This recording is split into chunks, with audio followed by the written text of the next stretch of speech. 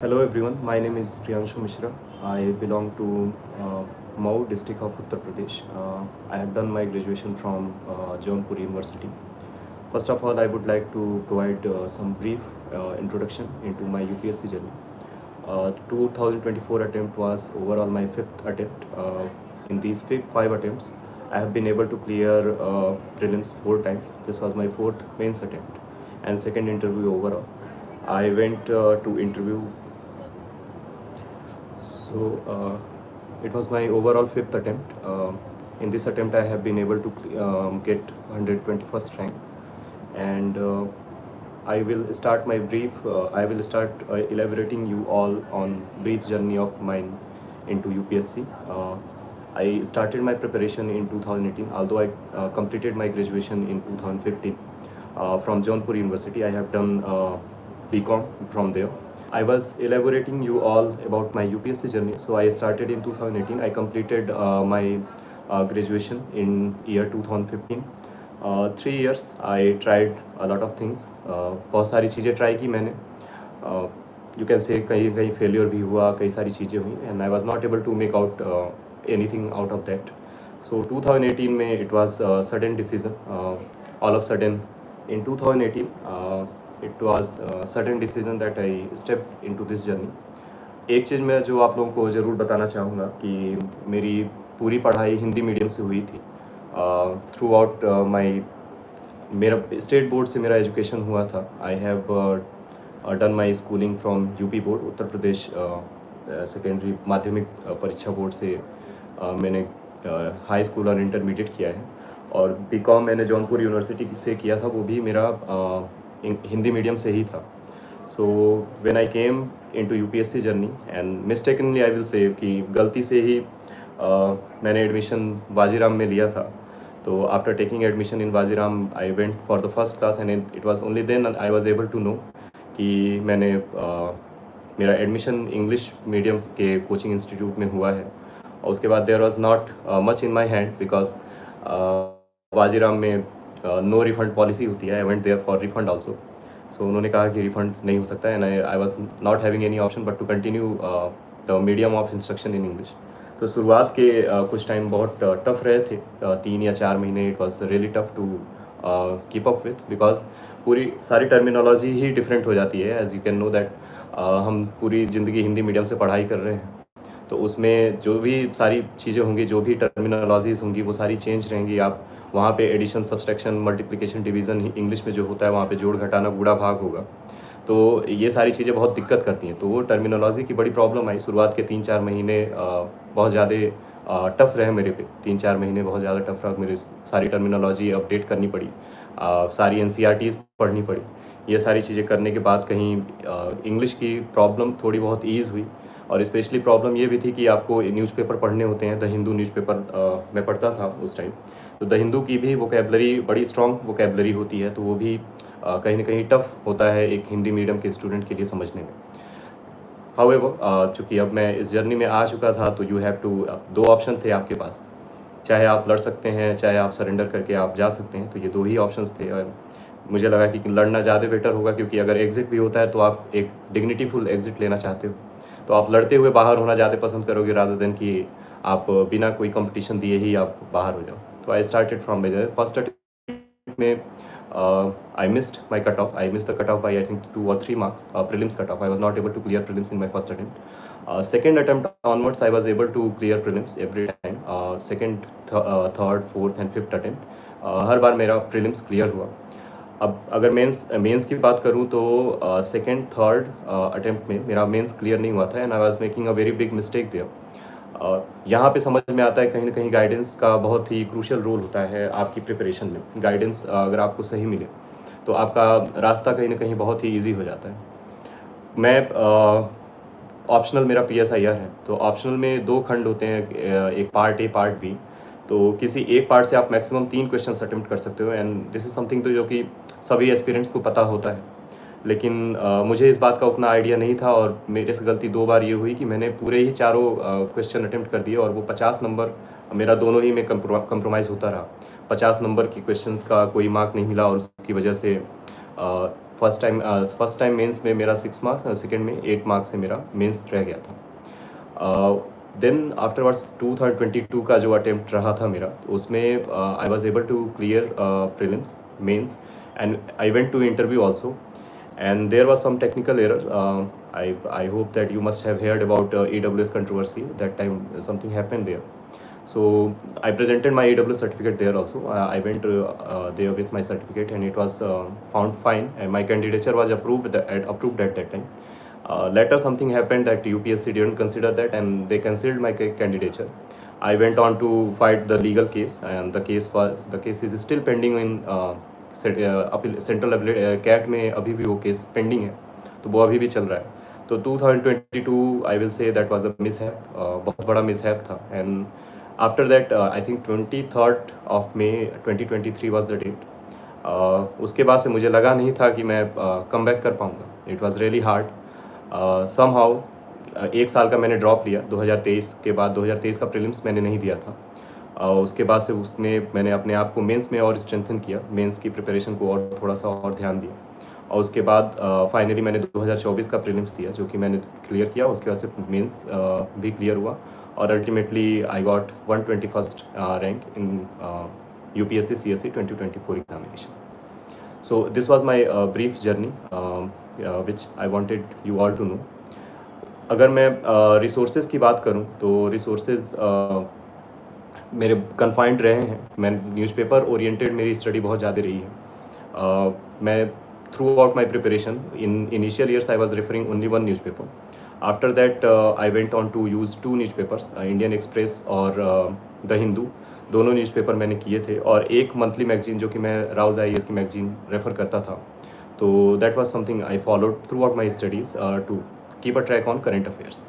As far as core subjects are concerned, the first history, polity, geography, environment, economy. These are the core subjects, and if you have a good hold on these particular subjects, which is also called static portion, so there is very high chances that you are going to be able to clear prelims each and every time, which has been in my case after second attempt. Second attempt के बाद I have been able to clear prelims with fine margins. I have been able to clear prelims with some 10 or 15 marks margin from the cutoff. So static में अगर आप सही रहते हो तो prelims कम से कम आपकी दिक्कत नहीं होती है। ओके भैया, I also change my medium frame. Okay, so I would address this question letter. First of all I would like to elaborate these things. तो सबसे जैसा कि मैं आपको बता रहा था कि स्टैटिक पे अगर आपकी होल्ड रहे तो आप प्रीलिम्स आपको इतनी दिक्कत नहीं होती, प्रीलिम्स आप क्लियर कर सकते हो। और उसके लिए मेरे रिसोर्सेज बड़े ही कन्फाइंड थे। हिस्ट्री के लिए मैंने 3 NCERTs रेफ़र की थी, आर्य शर्मा, सतीश चंद्रा एंड विपिन चंद्रा की ancient medieval and modern India जो बुक आती है, यही तीनों किताबें मैंने रेफ़र की थी। पॉलिटी के लिए मैंने M लक्ष्मीकांत के अलावा कुछ नहीं किया था। M Laxmikanth apart from the newspaper and current development in constitutional and legal arena. So this was something that I followed throughout my UPSC journey. And as far as economy is concerned, economy के लिए मैंने श्री राम की एक book आती है, उसको refer किया था, और उसके साथ साथ न्यूज़पेपर से उसको सब्सटेंशिएशन भी करता था। सो एनवायरनमेंट के लिए मैंने PMF IAS को रेफ़र किया था। और जोग्राफ़ी के लिए वाजीराम की येलो बुक्स आती हैं। There are 2 yellow books of Vajiram. I find them to be very helpful as far as geography part is concerned. Geography के लिए they are very good, too good. I have not seen a single question coming out of those yellow books as far as I have been able to see, because geography is mostly वो static in nature है, उसमें बहुत ज़्यादा current developments नहीं होती हैं। तो I find those books really good as far as geography is concerned. सो इतने से रिसोर्सेज के साथ मैंने स्टिक किया है, और कहीं ना कहीं ये चीज़ मुझे मेरे लिए बड़ी हेल्पफुल रही है कि मैंने प्रीलिम्स को 4 बार लगातार प्रीलिम्स मैंने निकाला है। तो उसमें ये चीज़ बहुत हेल्पफुल रही है कि I have confined my resources मैंने बहुत ही कन्फाइंड रखे अपने, और जहाँ तक हो सका उसके मल्टीपल रिवीजन पे ध्यान दिया है। प्लस न्यूज़पेपर एक ऐसी चीज़ है जो मैं आप लोगों सबसे कहना चाहूँगा कि न्यूज़पेपर को इग्नोर मत कीजिए, कि that is multi dimensionally helpful. वो कई तरीके से हेल्पफुल होता है। आपके क्वेश्चंस मैं एक बार ये सारा ख़त्म कर लूँ, उसके बाद से फिर मैं आपके क्वेश्चंस लूँगा। फर्स्ट ऑफ ऑल मैं ये इलेबोरेट करना चाहता हूँ आप सभी को, then I would be able to take your questions. So yes, तो स्टैटिक पोर्शन के अपार्ट न्यूज़पेपर आपको इसलिए ज़रूरी है। न्यूज़पेपर से दो तीन चीज़ें आपको सीखने को मिलेंगी। एक तो आप देखोगे प्रीलिम्स के जो क्वेश्चंस होते हैं या फिर मेंस के भी जो क्वेश्चंस होते हैं वो इस तरीके से फ्रेम होते हैं कि उसकी लैंग्वेज कहीं ना कहीं बहुत हद तक मैच करती है न्यूज़पेपर और एनसीईआरटीज़ से। So more and more newspaper and NCERTs you are going through, you are preparing yourself to the level of the you can competency level of the UPSC questions itself. तो इस तरीके से आप अगर prepare करते हो तो वो लैंग्वेज समझने में बहुत हेल्प होती है। अब मैं प्रीलिम्स की बात करूँ तो अप्रॉक्सीमेटली 100 क्वेश्चंस में थे, there will be some 55 to 60 question जहाँ आपको कुछ ना कुछ आइडिया होगा कि आप लगा सकते हो। लेकिन अब जैसा कि हम देख रहे हैं पिछले कुछ साल से टेंडेंसी ऐसी हो गई है यूपीएससी की कि वी आर विटनेसिंग कि lot of questions are coming which are doubtful. We don't know what kind of option UPSC is going to consider it correct. Okay, तो आप कुछ मार्क करते हो और यूपीएससी के हिसाब से कुछ आंसर उसके कुछ और होंगे, तो वहाँ बहुत ज़्यादा डाउटफुल चीज़ें होती हैं। तो अपने आप को सेफ गार्ड करने के लिए you will have to go an extra length. तो आपको अटेम्प्ट ज़्यादा मैक्सिमाइज करने पड़ रहे हैं। आप अप्रॉक्सीमेटली 92 अटेम्प्ट किए, जैसे कि 2024 वाले में मैंने टोटल 97 क्वेश्चंस अटेम्प्ट किए थे। सबकी स्ट्रेटजी अलग अलग होती है, ऐसा नहीं है कि क्वेश्चंस ज़्यादा ही अटेम्प्ट, कुछ लोग एक्यूरेसी पे भी खेलते हैं, but still in any case you have to attempt some 75 to 80 odd questions. तो इतने क्वेश्चंस आपको अटेम्प्ट करने हैं। तो यहाँ पे न्यूज़पेपर आपको इस तरीके से काम आ सकता है कि बहुत सारे क्वेश्चंस ऐसे होंगे जहाँ पे आपको कोई आइडिया नहीं होगा, आपको आप नहीं जानते होगे कि क्या सही आंसर उसमें आप मार्क करोगे, लेकिन लैंग्वेज उसकी पकड़ के आप कहीं ना कहीं उसको कर सकते। इसको एलिमिनेशन टेक्निक्स भी लोग कहते हैं, but more than elimination technique it is about language only. It is question of L R, ज़्यादातर एल आर का ही मतलब उसको पार्ट कंसिडर किया जा सकता है। तो इस तरीके से होता है तो न्यूज़पेपर। और दूसरी चीज़ ये है कि न्यूज़पेपर को आप अगर पढ़ते हो तो आर्टिकल्स इस तरीके से आप एक बार नोटिस करोगे तो वो मेंस के आंसर राइटिंग के स्टाइल में ही होते हैं। वो इस तरीके से होगा कि इंट्रो से स्टार्ट हो रहा है, फिर बॉडी हो रही है, फिर कंक्लूजन हो रहा है। तो उसको पढ़ते पढ़ते कहीं ना कहीं आपको एक स्किल आती है कि हाँ आप धीरे धीरे एक दिमाग में फ्रेमवर्क डेवलप हो जाता है कि किस तरीके से आप जाके आंसर्स को मेंस में आप अप्रोच करने और कैसे लिखने वाले हैं। और सबसे बड़ी बात यह है कि एक पिक्टोग्राफिक मेमोरी भी होती है। कई बार ऐसा होता है कि कोई हेडलाइन आपने पढ़ी, बहुत कैची हेडलाइंस आती हैं हमारे न्यूज़पेपर्स में, आप देखते होंगे, तो वो हेडलाइंस कहीं ना कहीं दिमाग में स्टक रह जाती है। और आप जब एग्जामिनेशन हॉल में जाओगे तो किसी किसी क्वेश्चन पे ऐसा होगा कि आप कुछ ज़्यादा नहीं आ रहा है, लेकिन वो हेडलाइन फ्लैश करती है और वो आपको हेल्प कर देती है कहीं ना कहीं क्वेश्चन सॉल्व करने में। तो न्यूज़पेपर बहुत ही हेल्पफुल रहता है अगर आप इसकी प्रिपरेशन कर रहे हो। तो इसकी अगर आप आदत डाल लें तो बहुत अच्छा होगा। और कोई एक अगर मंथली मैगजीन अगर आप फॉलो करते हो तो उससे ये फ़ायदा हो जाता है कि आपका जो भी न्यूज़पेपर आप पढ़ रहे हो वो उसका रिवीजन भी आप साइड बाय साइड आप करते रहते हो। सो this is regarding importance of newspapers. Now coming up to the part of practice. Practicing is very important as far as UPSC examination, be it prelims or mains. अब अगर मैं अपनी strategy की बात करूं, जैसे कि अगर मैं अपना बताऊं कि प्रैक्टिस मैं कैसे प्रैक्टिस करता था, तो I keep at least 4 months for prelims examination. 4 महीने कम से कम मैं प्रीलिम्स एग्जामिनेशन के लिए रखता हूँ, क्योंकि prelims is most crucial examination and results आने वाले होंगे। बहुत सारे आप में से बहुत सारे लोगों ने इस बार प्रीलिम्स दिया भी होगा, सबको मैं ऑल द बेस्ट बोलता हूँ। प्रीलिम्स इतना क्रूशियल है क्योंकि इसमें सक्सेस रेशियो आप देखेंगे तो लेस देन 2% है। Out of 5,50,000 people only 13,000 14,000 are coming for mains. Okay, अब मेंस में अगर आप देखोगे तो there are at least 2,700 people going for the interviews, तो their success ratio is above 25%, around 30%। तो प्रीलिम्स में जो सक्सेस रेशियो है वो 2% के भी नीचे है, तो वो बहुत ही ज़्यादा कम है। तो यहाँ पे एक क्वेश्चन अगर आप इधर उधर करते हो तो उसका इम्पैक्ट बहुत मैग्नीफाइंग होता है। या आप अब इसको रेक्टिफाई करने का तरीका ये है कि आप पढ़ते तो हो प्रीलिम्स के लिए, लेकिन जितना ज़्यादा आप अगर प्रैक्टिस जितना ज़्यादा करोगे, स्पेशली पीवाईक्यूज़ की प्रैक्टिस अगर आप करते हो और सेक्शनल टेस्ट वगैरह लगाते हो, तो सेक्शनल टेस्ट से सबसे बड़ा फ़ायदा ये होता है कि आपका स्टैटिक पोर्शन जो है वो इतना बढ़िया प्रिपेयर हो जाता है कि एटलीस्ट वहाँ पे आप गलतियाँ मिनिमाइज़ कर सकते हो। स्टैटिक पोर्शन जो है वो आपके हाथ की चीज़ है, that is something that is within your hand. You are having some sources, आपके पास कुछ रिसोर्सेज पड़े हुए हैं और उसके बेसिस पे ही वो सारे क्वेश्चंस आने हैं। तो उसको स्टैटिक पोर्शन आपके हाथ की चीज़ है, उसको अगर आप स्ट्रेंथन कर लो तो कहीं ना कहीं आप अपने सिलेक्शन के चांसेस एटलीस्ट प्रीलिम्स में बहुत ही ज़्यादा मैग्नीफाई करते हो। तो प्रैक्टिस यहाँ पे आपको बहुत ज़्यादा करनी है। अब मैं अपना एग्जांपल दूँ तो 4 महीने में मेरा ये टारगेट होता था कम से कम 80 से 90 मॉक टेस्ट मैं लगाता था प्रीलिम्स के। तो वो लगाने के 2-3 फ़ायदे होते थे। एक तो रिवीजन हो जाता था, रिटेंशन कैपेसिटी चेक हो जाती थी। और दूसरी चीज़ ये भी होती थी कि कई बार ऐसा होता है कि बहुत सारी इन्फॉर्मेशन आपकी बुक्स में नहीं होती हैं। तो और आप एक्सप्लेनेशन जब देखते हो वेरियस कोचिंग इंस्टीट्यूट्स के जो भी आप सॉल्व करोगे उसके एक्सप्लेनेशंस जब आप देखोगे तो उसमें ये सारी चीज़ें मेंशन्ड होती है। बहुत सारे वैल्यू एडिशन होता है, बहुत सारा डेटा होता है, तो उससे कहीं ना कहीं वैल्यू एडिशन भी आपके जो नॉलेज बेस है उसमें होता है। तो ये एक और बेनिफिट आपको ये टेस्ट सीरीज लगाने से होता है। और जहाँ तक PYQs की बात है तो PYQs are the best guide for any examinations. कोई भी एग्ज़ाम आप देने जाओगे उसके लिए PYQs जो है वो बेस्ट गाइड होते हैं। उसमें एक पैटर्न छुपा होता है और अगर आप वो पैटर्न पकड़ लेते हो तो कहीं ना कहीं कुछ क्वेश्चंस के लिए आपको ईज़ हो जाता है apart from your knowledge base. Mains के लिए सिमिलरली PSIR मेरा ऑप्शनल था, तो मेंस के लिए कुछ तो पहले की प्रिपरेशन, अब जैसे दिस टाइम जो अभी समय जा रहा है ये मेंस के लिए बहुत ही ज़्यादा क्रूशियल टाइम है। ये टाइम ऐसा टाइम है जहाँ पे आपको अपनी कैपेसिटी यूटिलाइज़ करनी पड़ेगी मेंस पार्ट ऑफ प्रिपरेशन के लिए। जितना ज़्यादा हो सके उतना मेंस को प्रिपेयर करें इस टाइम। यहाँ से आपके पास एक पूरा फ्रेमवर्क तैयार होना चाहिए कि बाय विच मंथ कितना सिलेबस आप कंप्लीट कर चुके होगे with PYQs and some test series के जो मेंस का होगा। आप दिसंबर तक का समय मेंस के लिए दे सकते हो, उसके बाद से आप प्रीलिम्स के लिए। लेकिन ये टाइम बहुत ही क्रूशियल होता है मेंस के लिए। जो मैंने ड्रॉप ईयर लिया था 2023 वाला जो अटेम्प्ट मैंने ड्रॉप किया था वो इसलिए भी बहुत ज़्यादा क्रूशियल था क्योंकि ड्रॉप लेने के बाद मई से लेकर दिसंबर तक का जो समय था वो मैंने यूटिलाइज़ किया था अपना for the purpose of mains preparation.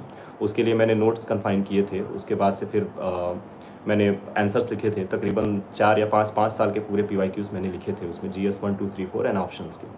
तो इसमें ये बहुत ही क्रूशियल समय रहा था। तो ये आपके लिए भी बहुत क्रूशियल टाइम है इर्रिस्पेक्टिव ऑफ द फैक्ट कि आपको इस टाइम मेंस लिखना है, इस बार नहीं लिखना है, but this is time that you must utilize to its fullest potential. इसको बहुत अच्छे से आपको यूटिलाइज़ करना चाहिए। 2024 वाले मेंस के अटेम्प्ट में जहाँ तक मैं आपको एक बार इलेबोरेट करूँ, so I was left with 90 days. I think 1 जुलाई और 2 जुलाई को रिजल्ट्स आए थे एंड सितंबर एंड में इसका मेंस होना था। तो थ्रू आउट दिस पीरियड मेरी स्ट्रेटजी ये रही थी कि 8 घंटे का पूरा समय रहता था और उसको मैंने 4 घंटे में डिवाइड किया था ऑप्शनल और GS के लिए। तो 3 घंटे मैं पढ़ता था और 1 घंटे मैंने 5 क्वेश्चंस एटलीस्ट डेली लिखे। तो तकरीबन 10 क्वेश्चंस मैं ऑप्शनल और इसके दोनों मिला के मैं लिखता था डेली। और वो बड़ा हेल्पफुल रहा क्योंकि जैसे कि PSIR के मैंने पिछले 5 साल के जो आंसर्स लिखे थे और जब मैं एग्जामिनेशन हॉल में गया हूँ और वहाँ पे मैंने देखा है तो कम से कम 10 क्वेश्चन जो 10 मार्कर्स आते हैं वो 10 क्वेश्चन ऐसे थे वो कई बार मैंने लिखा हुआ है। तो वो समय की भी बचत हो जाती है आपकी, क्योंकि इसके पहले आपने आंसर लिखा हुआ है तो फ्रेमवर्क तैयार करने में आपको टाइम नहीं लगता है। वो द मोमेंट आपने क्वेश्चन देखा आपके दिमाग में तुरंत फ्रेमवर्क आता है और उसको कॉपी पे उतारने में आपको बहुत ज़्यादा समय नहीं लगता है। तो इस तरीके से ये काफ़ी हद तक हेल्पफुल रहता है अगर आप आंसर ज़्यादा से ज़्यादा लिखते हो।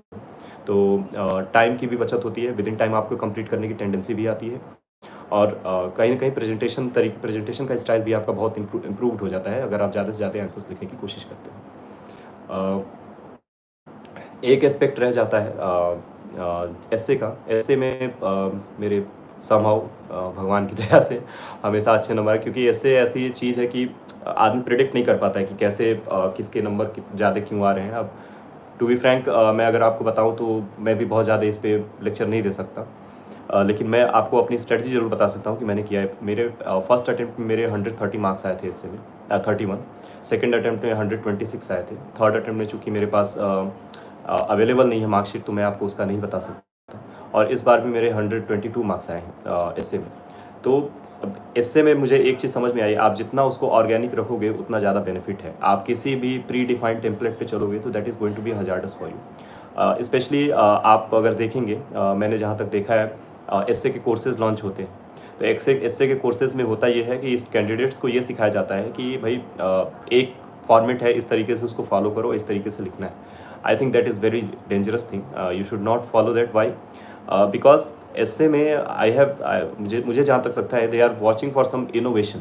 एस्से is something that where they are trying to know that what are your thoughts on particular topic or particular thing that is given there, जो भी चीज़ वहाँ पे मेंशन्ड है उसमें आपके थॉट्स क्या हैं वो कहीं ना कहीं वो जानने की कोशिश करते हैं। और वहाँ पे अगर आप एक प्री डिफाइंड टेम्पलेट की तरफ जाते हो और उसको अगर आप रेप्लिकेट करने की कोशिश करते हो तो वो कहीं ना कहीं हार्मफुल होता है, वो एक फ्रस्ट्रेशन का भी एक होता है। और वो कॉपीज़ जितनी ज़्यादा, मैं अब हर एक स्टूडेंट अगर सेम ही चीज़ लिखता है कहीं ना कहीं तो वो बहुत ही ज़्यादा मोनोटोनस होता है, और मोनोटोनस होने के साथ साथ जो एग्जामिनर जो देखने की कोशिश कर रहा है वो उसको नहीं, अगर नहीं मिलता है तो वो दिक्कत होती है। अब मैं अगर अपनी बात करूं, जैसे मैंने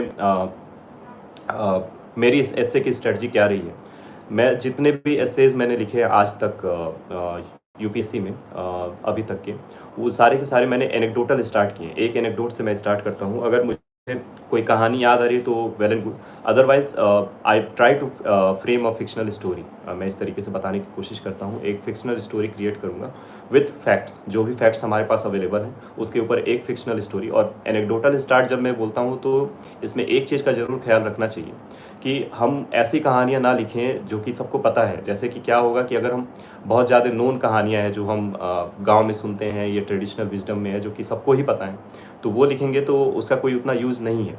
हमें कोई एक ऐसी कहानी लिखनी पड़ेगी जो कि एग्ज़ामिनर का अटेंशन पुल करे, जो कि एग्ज़ामिनर अगर उसको देखे तो उसे लगे कि हाँ उसको कुछ इंटरेस्ट आए, और वो ट्राई करे कि हाँ उसको और डेल डीप करके और डीप जाके उसके बाद से कोशिश करके अच्छा इसमें क्या होगा, उसको सस्पेंस का कुछ एलिमेंट उसको नजर आए ताकि हम उसको बांध सके। उसके बाद से बांधने के बाद मैंने जो फ्रेमवर्क फॉलो किया था वो GS4 1 to 3 का था।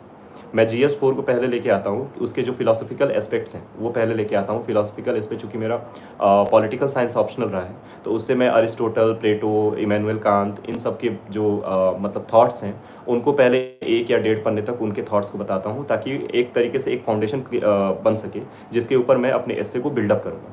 उसके बाद से GS1 के एलिमेंट्स को यूज करता हूँ। GS1 के एलिमेंट्स में आपके हिस्ट्री आ जाएगी, ज्योग्राफी आ जाएगा, सोसाइटी आ जाएगी। तो सबसे पहले मैं हिस्ट्री पे जाता हूँ। हिस्ट्री पे अगर आप जाएंगे तो उससे रिलेटेड कोई भी टॉपिक हो उससे रिलेटेड कुछ हिस्टोरिकल एग्जांपल्स अगर आपके पास हैं, अगर आप वो लिख सकें तो वो बहुत ही ज़्यादा हेल्पफुल होता है। तो हिस्टोरिकल एग्जांपल्स लिखने के बाद फिर आप उसके ज्योग्राफिकल एस्पेक्ट पे जाइए और कुछ सोशल कॉनोटेशंस पे जाइए।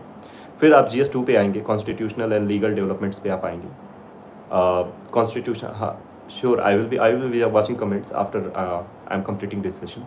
सो उसके बाद से आप लीगल और कॉन्स्टिट्यूशनल जो एस्पेक्ट्स हैं आप उस पर जाएंगे और उससे रिलेटेड डेवलपमेंट्स लिखेंगे, जो भी सारी चीज़ें हुई हैं आप उसको एनुमरेट करेंगे। Then comes the GS3 part. GS3 में आप जितना फैक्ट्स, डेटा का इंफॉर्मेशन आपके पास है, जितना भी आप जो भी डेटा आपके पास एक्यूमुलेटेड है उसको आप यूटिलाइज़ करोगे, और उसके बाद से एनवायरमेंटल एक्सपेक्ट वहाँ पे लिखोगे। इतना लिखने के बाद आपको एक कंट्रास्टिंग ओपिनियन भी देना है जो भी आपने लिखा हुआ है। टू कोट सम एग्जांपल, जैसे कि I think last year there was a question 2022 में देयर वाज अ एसे, उसमें ये था कि best time to repair the roof when it is not raining. इस तरीके से कुछ था कि जब बारिश नहीं हो रही हो तभी छप्पर की मरम्मत करने का समय होता है। तो इसमें तो पहले तो मैंने इसको आर्गुमेंट पूरा सपोर्ट किया है कि हाँ ठीक है, सारे एस्पेक्ट्स मैंने बताए हैं कि हाँ जब भी इसमें कहानी मैंने बताई थी जब पांडवास का निर्वासन होता है चौसर में हारने के बाद, तो उन्होंने उस टाइम को कैसे यूटिलाइज़ किया अपनी कैपेबिलिटीज़ को बिल्डअप करने के लिए, और फाइनली जाके उन्होंने जिस तरीके से फाइनली वो युद्ध की तरफ जाते हैं तो कहीं ना कहीं वो प्रिपरेशन का इम्पैक्ट होता है कि वो युद्ध में एक स्ट्रॉन्ग फुटिंग पे उतरते हैं। ठीक है, लेकिन उसमें मैंने कंट्रास्टिंग ओपिनियन इसमें भी दिया था, और कंट्रास्टिंग ओपिनियन मैंने ऐसे दिया था कि कई बार ऐसा होता है कि क्राइसिस सिचुएशन जब आती है तो crisis situation basically offers you a window to go for rectification and correction that is going to be sustainable. तो इसमें एग्जांपल में मैंने इंडिया के इकोनॉमिक रिफॉर्म्स को बताया था। 1991 का जो इकोनॉमिक रिफॉर्म्स था हमारा, उसमें वो बारिश रुकने का समय नहीं था, वो बारिश क्या, वो तूफान था। हमारे पास इकोनॉमिक क्राइसिस आ रही थी, हम BOP, balance of payment crisis face कर रहे हैं, फॉरेक्स रिजर्व हमारे डिप्लीट हो रहे हैं, फिजिकल डेफिसिट बढ़ रहा है, इन्फ्लेशन धीरे धीरे एसेंडेंसी की पाथ पे है। तो इतने सारे प्रॉब्लम्स हैं, और उस टाइम में हमें एक मतलब इस तरीके की बारिश हो रही थी, और यहाँ पे हमें एक इकोनॉमिक रिफॉर्म लेके आना था। तो कहीं ना कहीं क्राइसिस सिचुएशन ने हमें एक अपॉर्चुनिटी प्रोवाइड की कि हम इसको अब जाके रेक्टिफाई करें। तो ज़रूरी नहीं कि हर बार जब अच्छा मौसम हो तभी हम छप्पर की मरम्मत करें। कई बार ऐसा होता है कि तूफानों से लड़के भी हमको छप्पर की मरम्मत करनी पड़ती है। तो एक कंट्राडिक्टरी ओपिनियन देना होता है। उसके बाद से then you will be going on the final part, conclusion. So one thing is कि कोहेरेंस होना चाहिए, पहली चीज़ आपके ऐसे में कोहेरेंस होना चाहिए। सेकंड थिंग सुपरफिशियलिटी नहीं लगनी चाहिए। जैसे कि कई लोग आपको सजेस्ट करेंगे कि कनेक्टिंग वर्ड्स लिखने हैं, कि आपने कुछ लिखा और उसके बाद से दूसरा पैराग्राफ अगर आपको कनेक्ट करना है तो वो कनेक्टिंग वर्ड्स की बहुत ज़्यादा वो स्ट्रेस देते हैं कनेक्टिंग वर्ड्स लिखने में। तो कनेक्टिंग वर्ड्स लिखने से क्या होगा कि वो सुपरफिशियलिटी बहुत ज़्यादा आ जाती है, उसके बाद से उसको दिक्कत होती है। वो एग्जामिनर अगर देखता है तो वो सुपरफिशियलिटी को अप्रिशिएट नहीं करेगा, तो वो चीज़ें नहीं होनी चाहिए। तीसरी चीज़, जितना ज़्यादा डाइवर्सिफाइड आप लिख सकते हो उतना ज़्यादा डाइवर्सिफाइड लिखिए। Why? Because scope of misinterpretation is going to be very less when you are writing a diversified essay. Diversify करके अगर आप लिखोगे तो स्कोप ऑफ मिस इंटरप्रिटेशन जो है वो बहुत कम हो जाता है। ये एक बहुत बड़ा बेनिफिट है। उसके बाद से एक कंट्राडिक्टरी ओपिनियन अगर आप देते हैं तो उससे आपकी क्रिटिकल थिंकिंग एबिलिटी का भी पता लगता है कि हाँ, आप क्रिटिकल थिंकिंग करने में भी सक्षम हैं। तो और एक आपको कंक्लूजन, तो इतना अगर आप बेसिक मिनिमम अगर आप अध्ययन करते हो तो ये मैं ये नहीं कह सकता कि आप ऐसे में टॉपर बन के आओगे, बट एटलीस्ट जो अबव एवरेज मार्क्स हैं वो आप लेके। मैं ऐसे में ऐसा नहीं है कि मेरे बहुत ज़्यादा मार्क्स आए हैं, कभी ऐसा टॉपर रहा हूँ, लेकिन नहीं, फिर भी 120s में 130s में मार्क्स आ जाते हैं। और इस साल के पिछले 2-3 साल के जो मैं ट्रेंड्स देख रहा हूँ ऐसे में, तो उसमें एवरेज मार्क्स पाना इज़ इटसेल्फ गेटिंग चैलेंजिंग। जैसे इस बार मार्क्स बहुत सारे 80s में मार्क्स बहुत ज़्यादा हैं। So this is something regarding essay portion. So जहाँ तक स्ट्रेटजी की बात थी, अब मैंने इतना एलेबोरेट कर दिया है। अब मैं आपके क्वेश्चंस ले सकता हूँ। You can ask your questions now.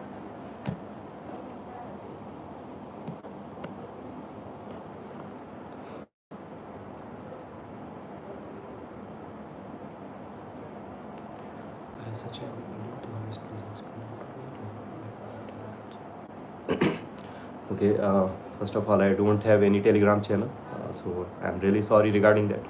As far as changing medium is concerned, it is ये बहुत ही चैलेंजिंग चीज़ होती है। स्पेशली मैं समझ सकता हूँ, मैं खुद ही उस बैकग्राउंड से आ रहा हूँ। लेकिन ये है एक, इसको आप एक ब्लेसिंग के तौर पे भी यूज़ कर सकते हैं, क्योंकि होता क्या है कि जब आप ये लैंग्वेज वाली प्रॉब्लम जब आप फेस करते हो तो ये इतना बड़ा साइकोलॉजिकल डेंट होता है कि आपको उसको लड़ने के लिए आपको साइकोलॉजिकली बड़ा प्रिपेयर होना पड़ता है। तो कहीं ना कहीं आप उसको एक एज अ अपॉर्चुनिटी यूज़ कर सकते हो इंक्रीज्ड कंसंट्रेशन के लिए। बिकॉज अगर आप ये सारी चीज़ें अगर आप लैंग्वेज का बैरियर अगर आपको ना हो तो कहीं ना कहीं कंप्लासेंसी सेट इन करती है आदमी में, कंप्लासेंसी आती है और उसके बाद से आदमी उतना ज़्यादा कंसंट्रेटेड नहीं हो पाता है। लेकिन अगर आपके पास अगर लैंग्वेज बैरियर होता है तो आपके पास और कोई चॉइस नहीं है, आपको उसको बढ़िया से प्रिपेयर करना ही है। तो मैं अपनी स्ट्रेटजी बता रहा हूँ, मैंने किया कैसे था। बेसिकली मैंने वाजीराम में एडमिशन लिया था, तो मैंने फ्रेंडशिप ऐसे लोगों से की जिनसे मेरे पास कोई और चॉइस नहीं है, मुझे इंग्लिश बोलना ही बोलना है, because they were not able to understand Hindi, उनको नहीं आती थी। तो मैंने पूरी कोशिश की कि उनसे फ्रेंडशिप करके उनसे ज़्यादा से ज़्यादा कन्वर्सेशन करूँ। दूसरी चीज़, मैंने फॉरेन न्यूज़ चैनल्स पे रिलाई करना बहुत ज़्यादा चालू किया था। जितने भी फॉरेन न्यूज़ चैनल कुछ है, DW है, फ्रांस 24 है, RT है, ये सारे जितने चैनल्स हैं उनको मैंने बहुत ज़्यादा फॉलो करना चालू किया, उनको सुनता था मैं बहुत ज़्यादा। उसके बाद से मैं कोशिश ये करता था कि जो भी मैं देखूँ डेली लाइफ में, अगर मैं कुछ स्टेटमेंट्स बोल रहा हूँ तो उसको पहले दिमाग में फ्रेम करना सेंटेंसेस को, कि अच्छा इसको इस तरीके से कैसे बोलना होगा। ये सारी प्रैक्टिसेस मैंने 3-4 महीने की थी। 3-4 महीने वो बहुत टफ थे, लेकिन ये है कि ये 3-4 महीने के बाद, 3-4 महीने अगर आप रिगरसली लगते हो, और हाँ, बेसिक टर्मिनोलॉजीज़ को सही करने के लिए NCERTs पे मैंने रिलाई किया था। NCERTs क्लास 6 के बाद से NCERT जितनी थी वो मैंने सारी की थी। तो इतनी सारी चीज़ें मैंने की थी 3 या 4 महीने रिगरसली। उसके बाद से फिर कहीं ना कहीं लैंग्वेज वाली प्रॉब्लम सबसाइड हुई थी। मैं ये नहीं कहूँगा कि पूरी तरह से ही ख़त्म हो गई थी, बट स्टिल एक ठीक ठाक कंफर्टेबल पोजीशन में मैं आ गया था। So this is regarding your question, shifting from Hindi medium to English medium. Next question.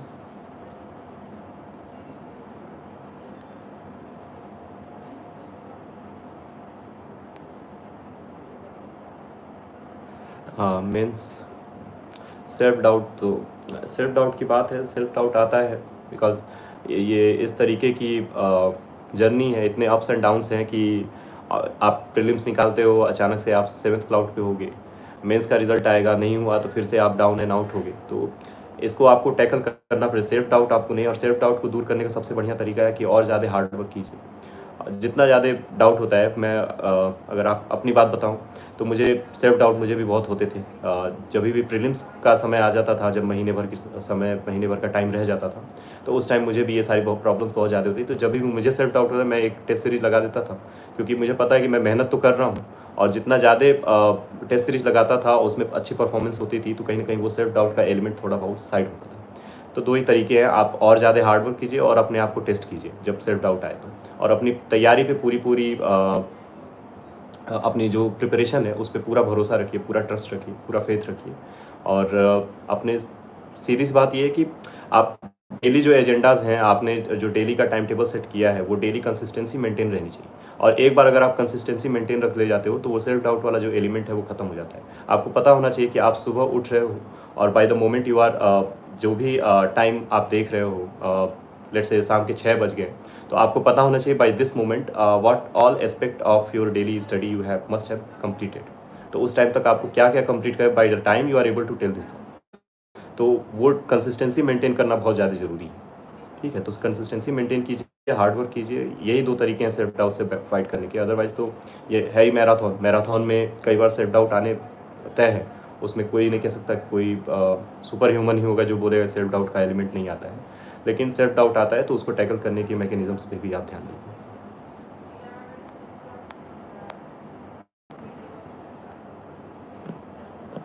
हाँ,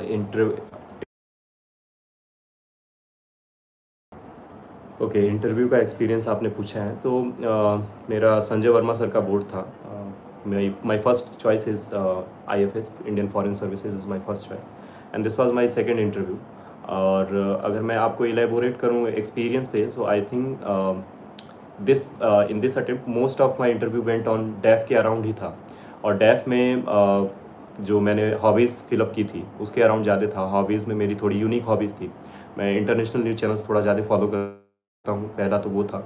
और सेकंड थिंग एक क्रिकेट था, और third thing was watching documentaries. तो these were 3 hobbies that I written there, and most of the questions were asked around it only. Various countries के TV channels का नाम पूछा गया था, स्पुतनिक वेंचर्स का नाम पूछा गया था, और कुछ फ्रांस के टेलीविज़न चैनल्स का नाम पूछा गया था। डू यू फॉलो अल जजीरा और नॉट, ये पूछा गया था। और डॉक्यूमेंट्रीज से रिगार्डिंग क्वेश्चंस पूछे गए थे कि which is the recent documentary that you watched, and tell some documentaries based on social जो इश्यूज़ के अराउंड जो डॉक्यूमेंट्रीज है उसका नाम पूछा गया था। तो ये सारे क्वेश्चंस तो हॉबीज़ के अराउंड थे। हाउएवर कुछ क्वेश्चंस इसमें गए थे इकोनॉमी पे भी। इकोनॉमी के कुछ क्वेश्चंस उन्होंने पूछे थे, टाइप ऑफ टैक्सेशन पूछा था, शेल कंपनीज़ के बारे में पूछा था, FDI FPI का पूछा था। तो ये सारे क्वेश्चंस भी उन्होंने वहाँ पे पूछे थे।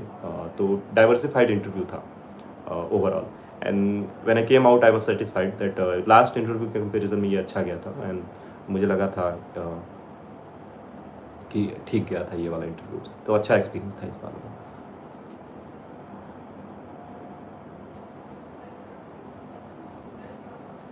ओके, आप फ्रैंकली बोलने के लिए कह रहे हो, गैप का पता लगाने के लिए। ओके, तो I will say that it was more kind of negligence. ऐसा कुछ नहीं था कि I did have some plan. मैंने ग्रेजुएशन 2015 में ही कंप्लीट कर लिया था। उसके बाद से 3 साल व्हाट टू से नेग्लिजेंस ही थी। मैं खेलता रह गया, क्रिकेट खेलने में ये सब चीज़ें। मैं गाँव के, मैं रूरल बैकग्राउंड से बिलोंग करता हूँ, तो मैंने ज़्यादातर टाइम अपना वेस्ट किया था। To be very frank, I would like to say I have to say that it was my negligence only. So 3 years ऐसे ही गए थे, एंड अल्टीमेटली 2018 में मैंने डिसाइड किया था कि okay, this is something that I am going to do.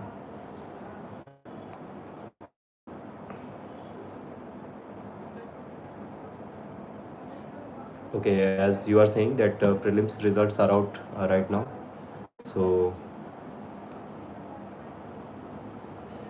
okay.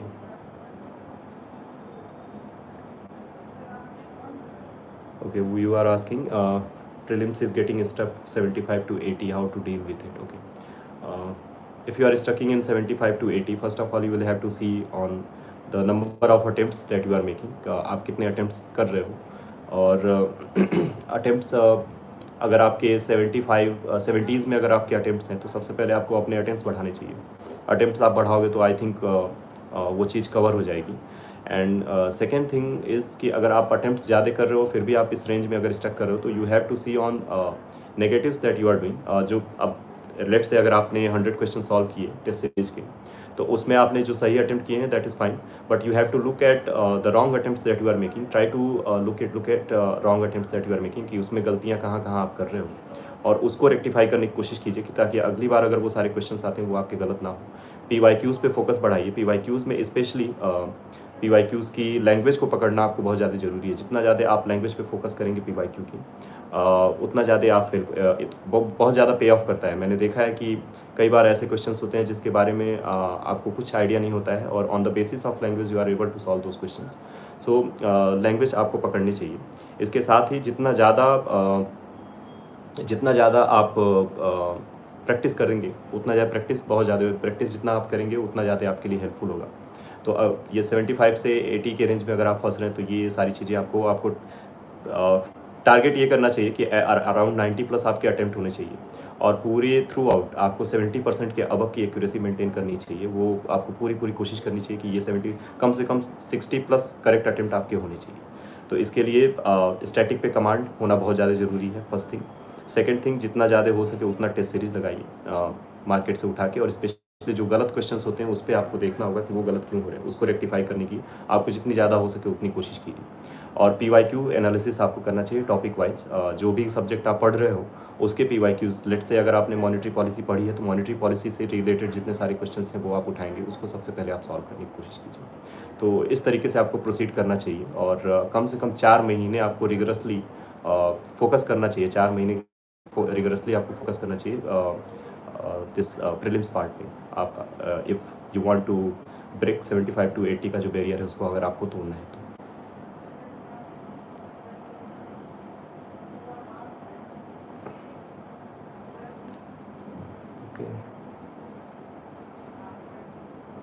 Preparing to as I have covered prelims in syllabus.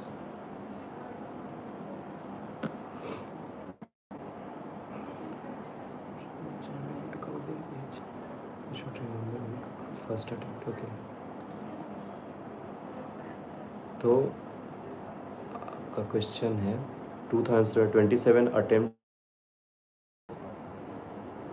In your very first attempt, you must be very sure that आपने static पे पूरा command कर लिया है, this is something. And since you are telling that you have this much time, second thing that you must care about is कि mains वाले part पे आप कहाँ स्टैंड कर रहे हो, that is something that you must care about. क्योंकि if I take my case, मेरे केस में ये था कि मैंने प्रीलिम्स पे पूरा फोकस किया, प्रीलिम्स तो निकल गया लेकिन मेंस की उतनी प्रिपरेशन नहीं थी, तो इसलिए मैंने कई बार मैं मेंस में आउट हुआ हूँ।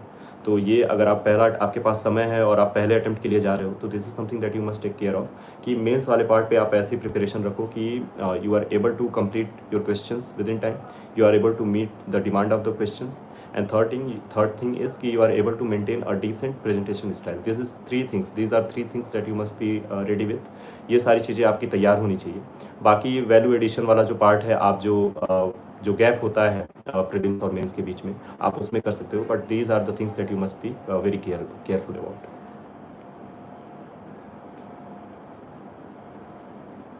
ओके, क्वेश्चन की डिमांड क्या है, ये कैसे पता है? तो क्वेश्चन की demand as far as GS this mains examination is concern, तो मेंस में क्या होता है कि हम एक तो रनिंग स्टेटमेंट रहता है। आप ज़्यादातर देखोगे UPSC के जो क्वेश्चंस होते हैं, स्टेट PSC के और UPSC के क्वेश्चंस में अगर आप डिफरेंस देखोगे तो यही, स्टेट PSC में वो डायरेक्ट क्वेश्चंस पूछेंगे, enumerate the left wing extremism as threat, evaluate the left wing extremism as a threat to internal security, ये डायरेक्ट क्वेश्चन आ जाएगा आपका स्टेट PSC में। लेकिन यहाँ पे क्या होता है UPSC में कि एक रनिंग स्टेटमेंट देंगे, on basis of that running statement they will be asking some questions. Okay, तो lot of times what happens, and as I have done also, मेरे से भी ये गलती हुई है कि जो रनिंग स्टेटमेंट होता है हम उसको एड्रेस करने चले जाते हैं, जो लास्ट का जो क्वेश्चन का जो एक्चुअल डिमांड है वो हम फुलफिल नहीं कर पाते, तो ये प्रॉब्लम होती है। इसलिए कोशिश ये करनी चाहिए कि जो भी आप क्वेश्चन पढ़ रहे हो, आपको जो हेडिंग्स बनाओगे वो क्वेश्चन से ही काट के हेडिंग्स आपने बनानी। उससे होगा कि आप क्वेश्चन की डिमांड से डेविएट नहीं होगी। आप 4 ही 5 पॉइंट लिखिए लेकिन वो क्वेश्चन की डिमांड के अकॉर्डिंग लिखिए, then only you are going to get numbers. Otherwise जो वो पूछ रहे हैं अगर हम नहीं बताएंगे तो नंबर नहीं मिलते उसमें। अब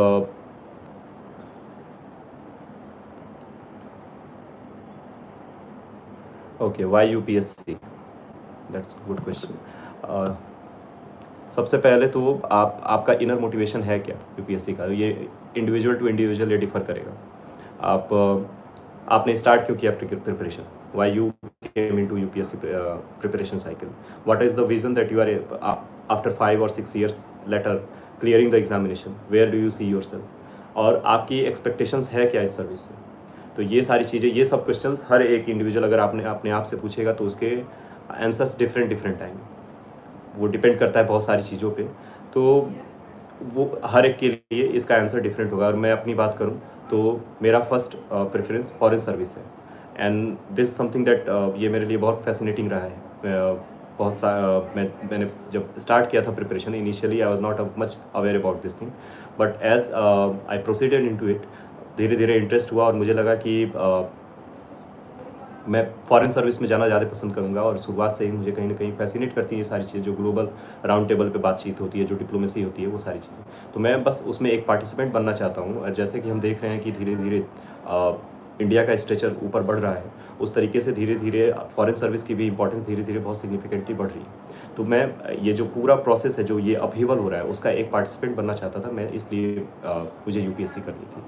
बाकी ये सब के लिए अलग अलग हो सकता है। आप किसी की प्रेफरेंस आईएएस होगी, वो पब्लिक सर्विस में जाना चाहता होगा, उसको पब्लिक सर्विस फैसिनेट करती होगी। And this something that everyone has some different answer to this particular question.